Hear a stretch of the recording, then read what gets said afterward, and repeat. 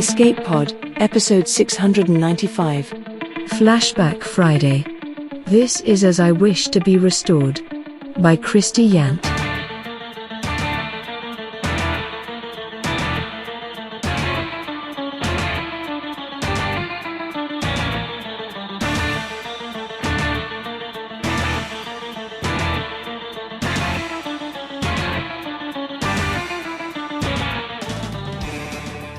Hello everyone, I'm Alistair. Welcome back to Escape Pod. It's August 29th and it's time for our Flashback Friday of the month. Once a month, I pop along to the pod and walk you through one of the best stories from our, frankly, astoundingly large back catalogue and throw some new light on it. It gives me tremendous joy this month to do that with This Is How I Wish to Be Restored, written by Christy Yant and read by Mr. Lee. We first published this story 5 years ago, on April 19th, 2014. And without further ado, it's story time.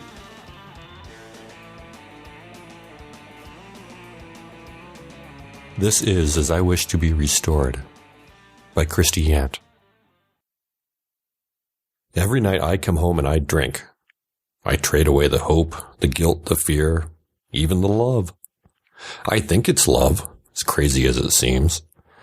I trade them for oblivion, because otherwise, I won't sleep at all.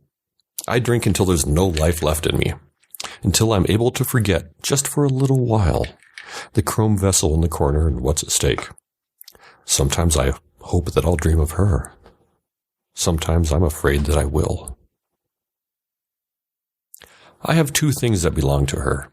The first is a photograph, taken at a party in what looks like a hotel. Her hair is dyed red. It doesn't quite suit her, so you know it isn't hers. It's like a unexpected note in a melody where you thought you knew where it was going and then it went sharp. She's holding a glass of something pink and bubbly. Maybe it's her birthday. If so, it's probably her 28th. She's laughing. She was really young to be a client, especially back then. Most of the people who thought about life extension were retirees. Mortality was very much on their minds, and they'd have a lifetime to accumulate their savings. Suspension was expensive. I wonder where she got the money. Her file doesn't say. So, in this picture, she's laughing. She's seated, supporting herself with one hand braced against the carpeted floor. Her head is thrown back and her back is arched. And she's just the most beautiful thing I've ever seen. There are other people around her, behind her, just smiling blurs holding drinks. But you get the feeling that she's the reason they're smiling. She's the star they're all in orbit around, like me. I fell into her orbit years ago and can't break free. The picture moves with me through my bleak basement apartment, from room to room. Sometimes it turns up on top of the half-size refrigerator, sometimes absent-mindedly left on a shelf in the medicine cabinet where I recover it again later and take it with me to the bedroom. I found it between the sofa cushions at least half a dozen times. She follows me, or I follow her. It's been a lifetime since she smiled that smile, and I'm still completely, utterly taken. The one place it never goes is on the doer in the corner. That would just be too macabre, considering. This is the only photograph she left. I often wonder what it was about this moment, this time in her life, that she could have looked ahead and known that this was as good as it gets. In this picture, the cancer's already killing her, and she just doesn't know it. She died less than a year later. Pancreatic cancer. It's in her file. I was given her file 4 years after I started with the company, in a crumbling box of data that needed to be digitized. Those poor bastards. They had no idea what would happen to them in 50 or 100 years on. I wondered at the time whether they might have changed their minds about being cryopreserved at all. Probably not. They were in the immortality business, like we are. They would have paid any price. All early conversion cases, my boss said. We don't really know what's there anymore. The risk of fracturing was high in those days. I've seen the results of fracturing.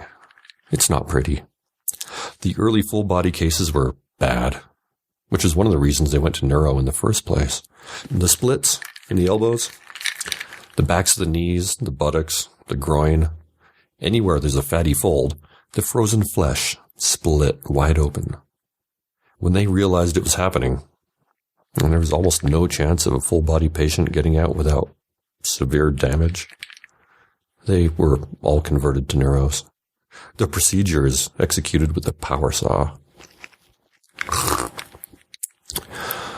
I have flipped through the files, brittle and yellowed with age. The metal prongs that held the files together had rusted, and some of them had snapped off when I tried to free the pages for scanning. Her file was near the end. I scanned it and put it back in the box with the others to be destroyed. I didn't really think about why I went back for it. I just wanted to see her smile again. The other thing I have of hers is a note, handwritten on a 3x3-inch faded yellow square. The writing runs across it at a diagonal. She wrote it with a fountain pen. I can tell by the way the width varies with the strokes. There are bold strokes, no-nonsense strokes, and the ink is a whimsical green. Was that important to her? This was the last message to anyone who mattered. There's a small stain at the bottom of the paper now, a droplet of liquid that the ink bled into and spread like lichen. Brandy if it was from 5 years ago, whiskey if it was more recent. I've had the file for a long time. I can't read it now, not really. Not in the state I'm in. It swims in front of me through a bourbon haze. But I know what it says. This is as I wish to be restored. Her wishes were clear, written there in green ink, splattered and smeared from my ministrations. And that's what keeps me up at night, keeps me drinking. What would she want me to do?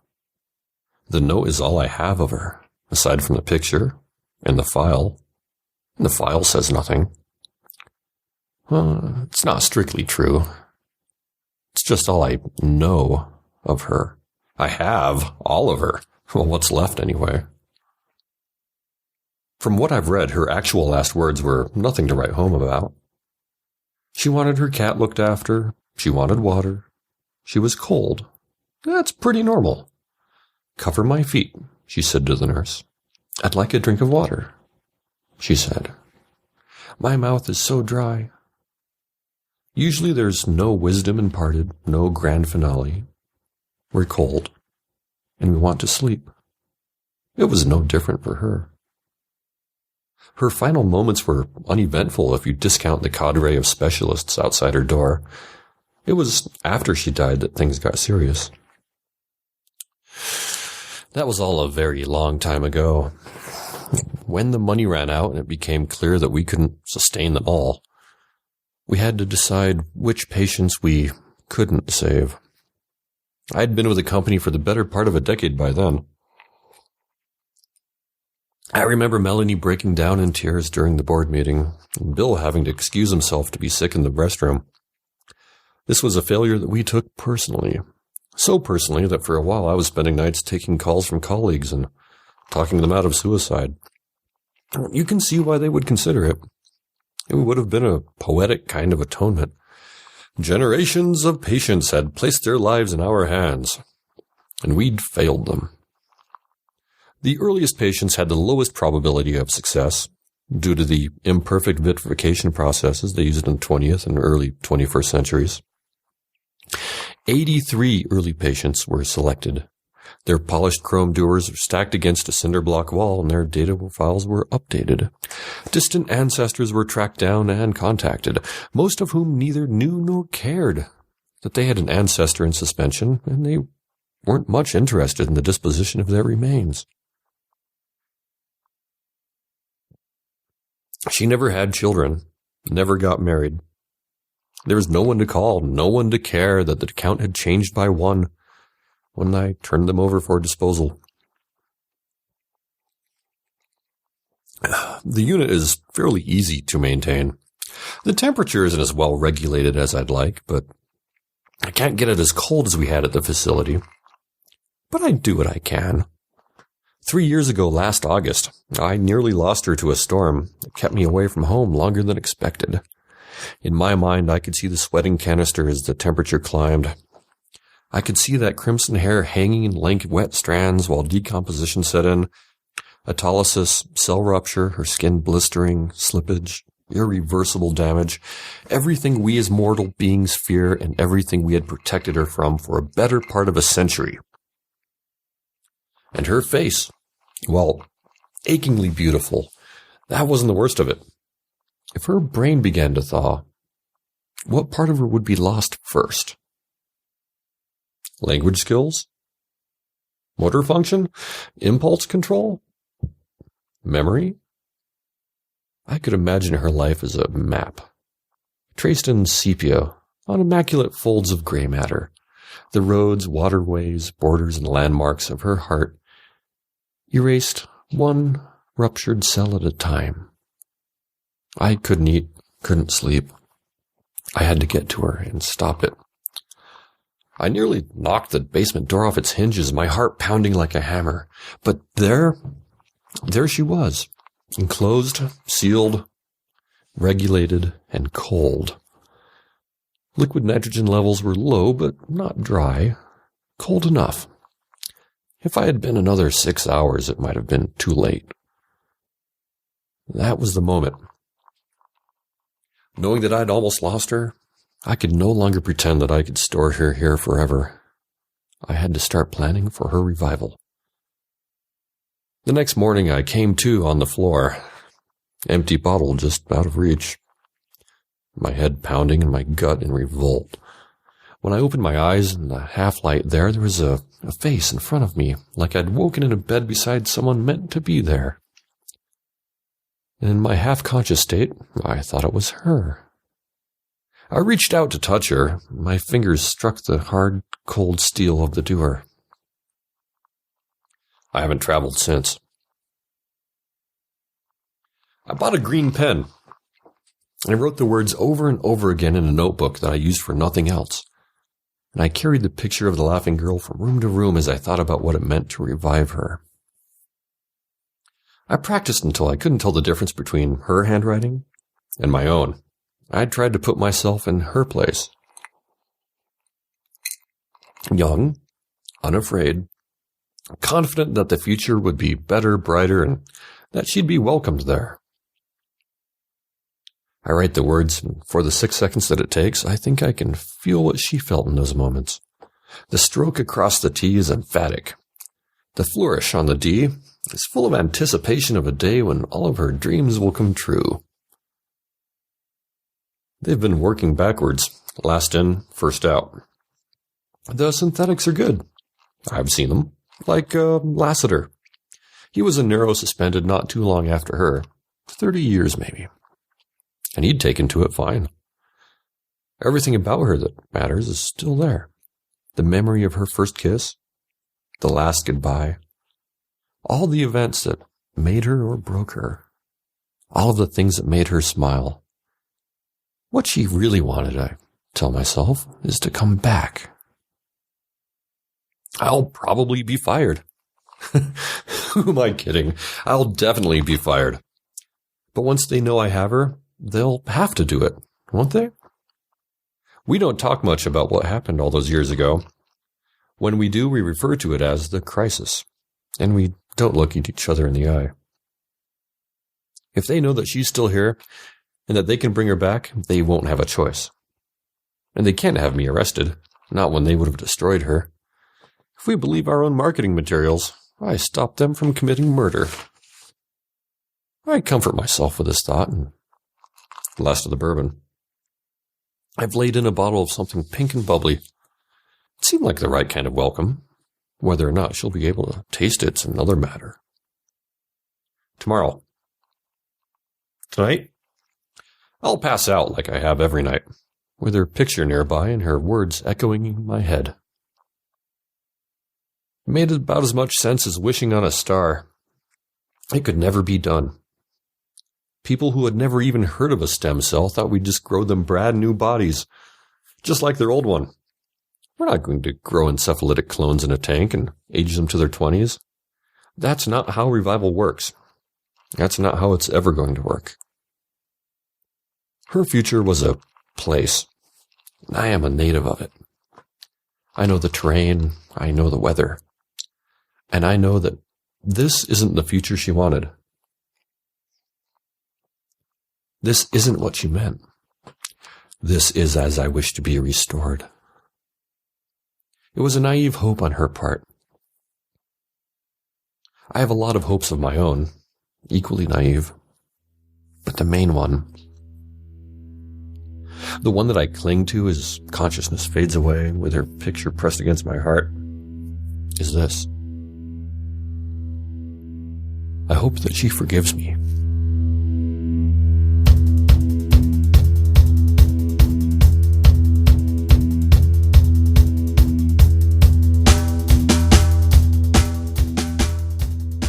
This is how I wish to be restored is a challenge.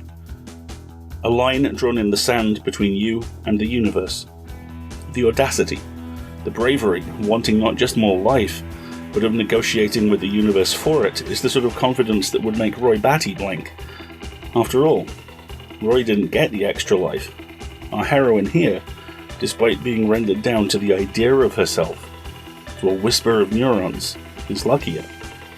Well, we'll come to that. This is how I wish to be restored is a prayer to the God we all worship, the future. Things will be better in the future. Things will be different. Silver togas, leather jackets, food pills, water riots. All we know is we don't know what's coming. And what do we say to the God of death when we can't form the words, "Not today"? We say, please. This is how I wish to be restored is a heist. A stolen victory that hacks time and space and life and death, and puts us in the future on our own 2 feet or a clone-grown version of them. There's no question of if, but how. The future is there, a foreign country just like the past, but this is one we already have permanent residency in. This is how I wish to be restored is a backdoor for death. In Cold Lazarus, Dennis Potter's troubling sequel to Karaoke, the lead character is reduced to a frozen head in a distant future. There's a metatextual element to that, of course. Potter trying to throw himself forward into a future he didn't perhaps feel prepared for. The writer's need for immortality translated into a literal and gooey life after death. The certainty of fiction, the ambiguity of the truth remixed for a different age. Potter is an acquired taste at the absolute best of times, but if you can, track down Karaoke and Cold Lazarus. Bridging British TV networks, production houses and genres, they are one hell of a curtain call. This is how I wish to be restored is the map, not the territory. In Another Cold Morning, an episode of The Extraordinary Transmetropolitan, written by Warren Ellis, penciled by Derek Robertson, inked by Rodney Ramos, lettered by Clem Robbins, and coloured by Nathan Ayring, Mary dies. It's all planned, though, because she and her husband will meet in the future in shiny new bodies. He doesn't make it. She does. Thrown sideways and on fire into a world that views her as a homeless, meaningless parasite, Mary is hit by future shock and goes catatonic. Her brilliant, towering, amazing life is rendered down to the images on the inside of her mind. Until Spider Jerusalem that finds her and does the bravest, kindest thing any of us can do. Listens. Mary, it turns out, is a photographer, and how she wishes to be restored, in the end, doesn't matter. Because artists make art wherever and whenever and however they are. It's how they turn the world, how they talk to the world, and Mary, as later issues show, has such things to say. This is how I wish to be restored is an aspiration, aimed for and spoken out into the world. It takes courage to jump. It takes even more courage to look away before we land. I love everything about this story, but what I love the most is that Christie leaves us exactly where she leaves her heroine. Suspended. Imminent. Either in tremendous personal danger, or poised to step out into a world she's always dreamed of. good luck to her. Good luck to us all. We are working on raising money to increase our pay rates for authors, and we're working on doing this because the SFWA are rolling out an increase in the pro qualifying rate next month. We'd love to be able to match that straight away. If not, we need to match it as soon as possible, and for that, we need your help. It's not the only thing we're doing at the moment too.